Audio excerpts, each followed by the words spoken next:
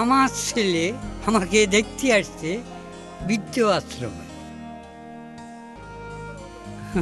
4 বছর পর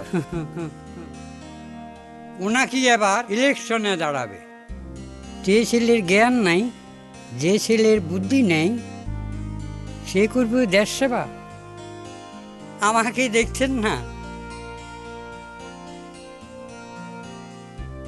আমি তো কোনো সেবা আশা করি না।